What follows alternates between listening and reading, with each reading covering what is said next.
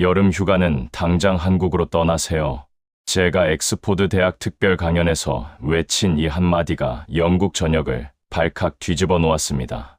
2024년 7월 25일 저는 런던 히드로 공항에서 몸을 떨며 체크인 카운터 앞에 서 있었습니다. 제 온몸은 이미 땀으로 흠뻑 젖어 등에 달라붙어 있었고 공항 내부인데도 숨 쉬기가 힘들 정도로 뜨거운 공기가 폐를 압박했습니다. 온도계는 42.5도를 가리키고 있었습니다. 영국 역사상 최악의 폭염이었죠. 안녕하세요. 저는 옥스포드 대학교 환경공학과 교수 에드워드 윌리엄슨입니다. 30년간 기후변화와 도시 인프라를 연구해온 학자였지만 그날 제가 경험한 것은 상상을 초월했습니다. 평생을 학문에 바친 제가 이론이 아닌 현실 앞에서 무력함을 느낀 순간이었죠. 저는 떨리는 손으로 안경을 닦으며 주변을 둘러보았습니다. 공항 로비에 모인 수백 명의 사람들이 모두 저처럼 고통스러워하고 있었습니다. 맙소사, 철로가 녹아내리고 있어요. 제 옆에서 누군가가 스마트폰 화면을 보며 비명을 질렀습니다. 뉴스 속보였죠. 런던 킹스크로스역의 철로가 열에 휘어져 모든 열차 운행이 중단됐다는 내용이었습니다. 그뿐만이 아니었습니다. 루턴 공항의 활주로 아스팔트가 녹아 항공기 이착륙이 전면 중단됐고 런던 브리지의 도로 포장재가 끈적끈적한 타르처럼 변의 차량들이 도로에 붙어버리는 사태까지 벌어졌습니다. 저는 떨리는 손으로 휴대폰을 꺼내 BBC 국장인 데이비드에게 전화를 걸었습니다. 데이비드, 제가 지금 한국으로 출발합니다. 전 세계가 이 폭염을 어떻게 대처하고 있는지 직접 연구하고 오겠습니다.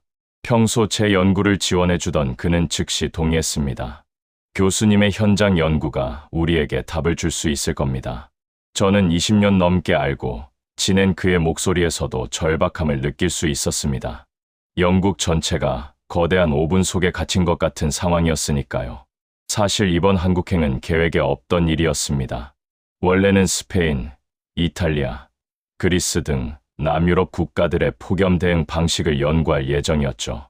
하지만 우리 대학 한국학과 김 교수가 보내온 영상 하나가 모든 걸 바꿔놓았습니다. 교수님, 한국은 지금 천국입니다. 짧은 메시지와 함께 전송된 영상 속에는 충격적인 장면이 담겨 있었습니다. 서울 시민들이 아무렇지 않게 거리를 활보하고 있었던 겁니다. 반팔 셔츠에 가벼운 차림으로 여유롭게 아이스 아메리카노를 마시며 출근하는 사람들이 보였습니다. 공원에서 조깅하는 사람들도 있었고 심지어 한낮에 야외 테라스에서 점심을 먹는 직장인들까지 있었습니다. 이게 가능한 일인가? 저는 안경을 벗고 눈을 비비며 다시 봤습니다. 30년간의 학문적 경험으로도 설명할 수 없는 현상이었습니다. 같은 지구상에서 어떻게 이런 차이가 날 수 있단 말인가요? 영국에서는 상상도 할 수 없는 광경이었죠. 우리는 지금 실내에서도 숨쉬기 힘든 상황인데 한국 사람들은 평소와 다름없는 일상을 보내고 있었습니다. 13시간의 비행 끝에 인천국제공항에 도착했을 때 저는 마치 다른 행성에 온 것 같은 충격을 받았습니다. 비행기에서 내리자마자 느껴진 것은 시원함이었습니다. 아니, 정확히 말하면 살만한 온도였죠. 실례합니다. 지금 몇 도인가요? 저는 공항 직원에게 다급하게 물었습니다. 아, 오늘 좀 덥네요. 32도예요. 32도가 덥다고요? 저는 헛웃음이 나왔습니다. 런던은 지금 41도를 넘나들고 있는데 말이죠. 하지만 더 놀라운 건 따로 있었습니다. 공항 내부로 들어서자 차가운 공기가 저를 감쌌습니다. 학자로서 이런 표현을 쓰기는 부끄럽지만 마치 천국의 문을 연 것 같았습니다. 제 몸의 모든 세포가 살아나는 느낌이었죠. 에어컨이었죠. 그것도 아주 강력한 냉방이 가동되고 있었습니다. 오 마이 갓. 저도 모르게 감탄사가 터져 나왔습니다. 널따란 공항 전체가 완벽하게 냉방되고 있었습니다. 영국 히드로 공항도 국제공항인데 이 정도의 냉방 시스템은 꿈도 꿀 수 없었죠.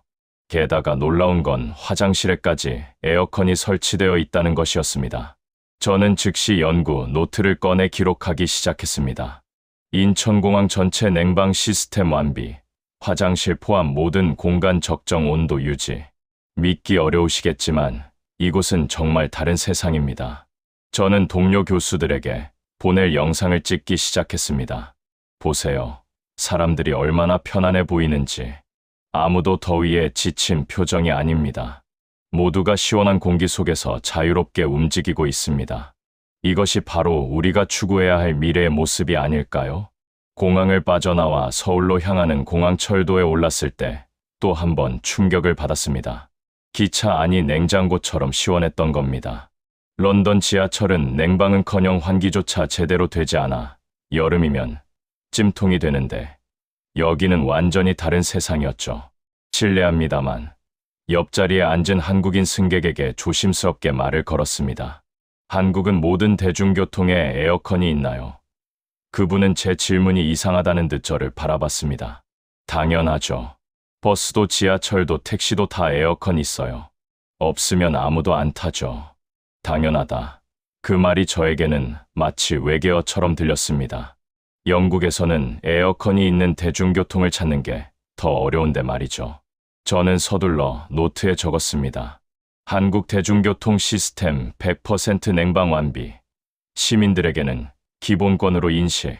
열차가 달리는 동안 창밖으로 보이는 서울의 풍경도 놀라웠습니다. 한낮의 뜨거운 햇살 아래서도 사람들이 자유롭게 거리를 오가고 있었으니까요. 서울역에 도착해서 숙소로 향하는 길. 저는 연신 카메라 셔터를 눌러댔습니다. 거리 곳곳에 설치된 스마트 그늘막과 무더위 쉼터 표지판이 눈에 띄었습니다. 그리고 무엇보다 충격적이었던 건 길거리의 모든 상점에서 뿜어져 나오는 시원한 냉기였습니다. 이건 정말 놀라운 일이야. 저는 혼잣말로 중얼거렸습니다. 하지만 그건 부러움 섞인 감탄사였죠. 편의점, 카페, 식당, 은행, 심지어 작은 구멍가게까지도 모두 에어컨을 풀가동하고 있었습니다. 영국에서는 상상도 할 수 없는 일이었죠. 우리나라 대부분의 상점들은 에어컨은커녕 선풍기 하나 겨우 돌리는 수준이었으니까요. 그마저도 전기요금이 무서워 자주 끄곤 했죠. 저는 거리를 걸으며 끊임없이 관찰하고 기록했습니다. 이 도시 전체가 하나의 거대한 냉방 네트워크로 연결되어 있다는 사실이 학자로서 경이로웠습니다. 어떻게 이런 시스템을 구축할 수 있었을까요? 숙소에 짐을 풀고 본격적인 연구를 시작했습니다. 첫 번째 목적지는 한국 신재생에너지 원자력 팀이었습니다. 폭염 시대의 에너지 정책을 연구하기 위해서였죠. 안녕하세요. 옥스포드대 에드워드 교수입니다. 김민준 책임연구원이 저를 반갑게 맞아주셨습니다. 역시나 연구소 건물 내부는 적절한 온도로 냉방되고 있었고 저는 드디어 몸의 긴장을 풀 수 있었습니다. 한국의 에너지 정책이 궁금하시다고요. 김 연구원은 노트북을 켜며 설명을 시작했습니다. 사실 한국의 대규모 냉방 시스템을 뒷받침하는 건 안정적인 전력 공급입니다. 원자력과 신재생에너지가 큰 역할을 하고 있죠. 그는 한국의 전력 구성을 보여주는 그래프를 띄웠습니다. 현재 한국은 원자력 발전이 전체 전력의 약 30%를 담당하고 있습니다. 여기에 태양광과 풍력 등 신재생에너지가 20%를 넘어섰죠. 이는 탄소 배출 없이 안정적이고 깨끗한 전력을 공급한다는 의미입니다. 저는 열심히 메모하며 질문을 이어갔습니다. 그럼 이 많은 에어컨 가동으로 인한 전력 수요는 어떻게 관리하나요? 김 연구원이 다른 화면을 보여주셨습니다. 우리는 스마트 그리드 시스템을 통해 실시간으로 전력 수요를 관리합니다. 인공지능이 각 지역의 전력 사용량을 예측하고 효율적으로 배분하죠. 특히 여름철에는 원자력 발전소의 가동률을 최대한 높이고 태양광 발전도 피크를 이루어 안정적인 전력을 공급합니다. 화면에는 실시간으로 변하는 전력 수요와 공급 그래프가 표시되어 있었습니다. 그리고 이것 보세요. 그가 다른 자료를 보여주었습니다. 에너지 저장 시스템 ESS도 대규모로 구축했습니다. 낮에 생산한 태양광 전력을 저장했다가 저녁 피크 시간에 사용하죠. 여름철 전력 수급에 매우 효과적입니다. 저는 감탄하지 않을 수 없었습니다. 영국은 아직도 화석연료에 크게 의존하고 있는데 한국은 이미 미래 에너지 시스템을 구축하고 있었던 겁니다. 이런 종합적인 에너지 정책이 대규모 냉방 시스템을 가능하게 했군요. 취재를 마치고 나오는 길, 저는 문득 의문이 들었습니다. 이런 시스템을 구축하는데 얼마나 많은 투자가 필요했을까? 환경에 미치는 영향은 어떻게 관리하고 있을까? 그 답을 찾기 위해 다음날 저는 에너지정책연구원을 찾았습니다. 연구원 건물 입구에 들어서자마자 또다시 시원한 냉기가 저를 반겼죠. 어서 오세요. 에드워드 교수님. 영국에서 오셨다고 들었습니다. 이준호 연구원이 저를 맞아주셨습니다. 단도직입적으로 여쭤볼게요. 한국은 어떻게 이렇게 많은 에어컨을 운영할 수 있는 건가요? 전기요금이나 환경 문제는 없나요? 이 연구원은 잠시 생각하더니 차분히 설명을 시작했습니다. 좋은 질문입니다. 사실 한국도 처음부터 이랬던 건 아니에요. 1994년 여름 기록적인 폭염으로 많은 사상자가 발생했죠. 그때부터 에어컨은 사치품이 아닌 생존 필수품이라는 인식이 퍼지기 시작했습니다. 국가적 차원에서 에너지 인프라 투자를 시작한 거죠. 그는 노트북을 켜며 각종 통계 자료를 보여주었습니다. 2000년대 들어 에어컨 보급률이 폭발적으로 증가했어요. 2010년 이후로는 매년 폭염이 반복되면서 이제는 원룸에도 에어컨이 기본 옵션이 됐죠. 현재 한국의 가정용 에어컨 보급률은 97%가 넘습니다. 97%라고요. 저는 놀라움을 감추지 못했습니다. 영국은 5%도 안 되는데. 네, 그리고 중요한 건 기술 발전입니다. 최신 인버터 에어컨은 구형 제품 대비 전력 소비를 40% 이상 줄였어요. 게다가 한국은 건물 에너지 효율 등급제를 시행해 단열 성능을 크게 개선했죠. 그의 설명을 들으며 저는 영국과 한국의 차이를 실감했습니다. 한국은 폭염을 자연재해가 아닌 극복 가능한 문제로 인식하고 체계적으로 대비해왔던 것이죠. 그리고 이것도 중요해요. 이 연구원이 덧붙였습니다. 한국 정부는 여름철 전기요금 누진제를 완화했어요. 서민들이 전기요금 걱정 없이 에어컨을 사용할 수 있도록 한 거죠. 특히 노약자나 저소득층에게는 전기요금을 지원하기도 합니다. 연구원을 나와 거리를 걷는데 문득 이상한 점을 발견했습니다. 한낮인데도 거리에 사람들이 꽤 많았던 것이죠. 영국이었다면 이 시간에는 모두 실내에 숨어 있을 텐데 궁금증을 참지 못하고 근처 카페로 들어갔습니다. 역시나 내부는 완벽하게 냉방되어 있었고 많은 사람들이 여유롭게 커피를 마시며 대화를 나누고 있었습니다. 실례합니다. 저는 옆 테이블의 젊은 여성에게 말을 걸었습니다. 더운데 밖에 나와 계시네요. 아, 외국분이시군요. 사실 카페나 상점들이 다 시원해서 밖에 나와도 괜찮아요. 더우면 잠깐 들어가서 쉬면 되니까요. 그녀의 대답은 제게 큰 깨달음을 주었습니다. 도시 전체가 거대한 냉방 네트워크로 연결되어 있었던 것이죠. 시민들은 에어컨이 있는 실내 공간을 징검다리 삼아 도시를 자유롭게 이동할 수 있었습니다. 이것이야말로 진정한 기후 적응 도시의 모습이 아닐까요? 저는 흥분을 감추지 못하고 노트에 적었습니다. 한국은 개별 건물의 냉방을 넘어 도시 전체를 하나의 냉방 시스템으로 통합한 것이다. 다음 날 저는 일반 시민의 삶을 관찰하기 위해 한 꽃집을 방문했습니다. 서울 시민 박지연 씨가 운영하는 작은 꽃집이었죠. 어서 오세요. 더우셨죠? 꽃이 시들까봐 에어컨을 3개 틀어놨어요.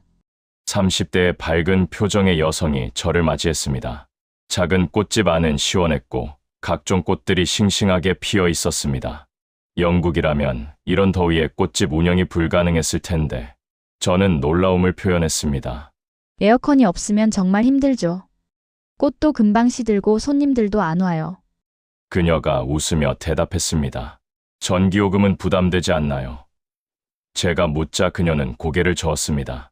한 달에 10만 원 정도 나와요. 하지만 꽃을 신선하게 유지하고 손님들이 편안하게 쇼핑할 수 있다면 충분히 감당할 만해요. 정부에서 소상공인 전기요금 지원도 해주고요. 저는 그녀의 말에서 한국 사회의 또 다른 면을 발견했습니다. 개인의 삶의 질과 사업의 지속 가능성을 위해 냉방은 선택이 아닌 필수라는 인식이 자리 잡고 있었던 것이죠. 작은 꽃집 하나에도 완벽한 냉방 시스템이 갖춰져 있다는 사실이 인상적이었습니다. 일주일간의 연구를 마무리하며 저는 명동의 한 호텔 라운지에서 마지막 보고서를 준비했습니다. 밖은 34도의 무더위였지만 실내는 쾌적했죠. 저는 노트북을 열고 지난 일주일간의 관찰과 연구, 결과를 정리하기 시작했습니다. 한국의 폭염 대응 시스템은 단순히 에어컨을 많이 설치한 것이 아니었습니다. 에너지 정책, 도시 계획, 건축 기준, 사회적 인식이 모두 유기적으로 연결된 종합적인 시스템이었죠. 저는 영국으로 돌아가면 이 모든 것을 학계와 정부에 보고해야겠다고 생각했습니다. 그때 BBC 국장 데이비드로부터 긴급 연락이 왔습니다. 에드워드 교수님, 당장 생방송 연결합니다. 교수님의 한국 연구가 큰 화제예요.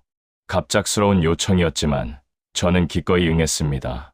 영국 국민들이 한국의 시스템에 대해 알 권리가 있었으니까요. 호텔 직원들이 급히 방송 준비를 도와주었고 곧 생방송이 시작되었습니다. 30년간의 학문 경력 중 가장 중요한 순간이 될 것 같았습니다. 생방송이 시작되자 앵커가 흥분된 목소리로 물었습니다. 에드워드 교수님, 정말 한국의 모든 곳에 에어컨이 있다는 게 사실인가요? 네, 맞습니다. 제가 일주일 동안 연구한 결과 한국은 도시 전체가 하나의 거대한 냉방 시스템으로 작동하고 있었습니다. 카페, 식당, 상점, 대중교통, 심지어 공중화장실까지도요.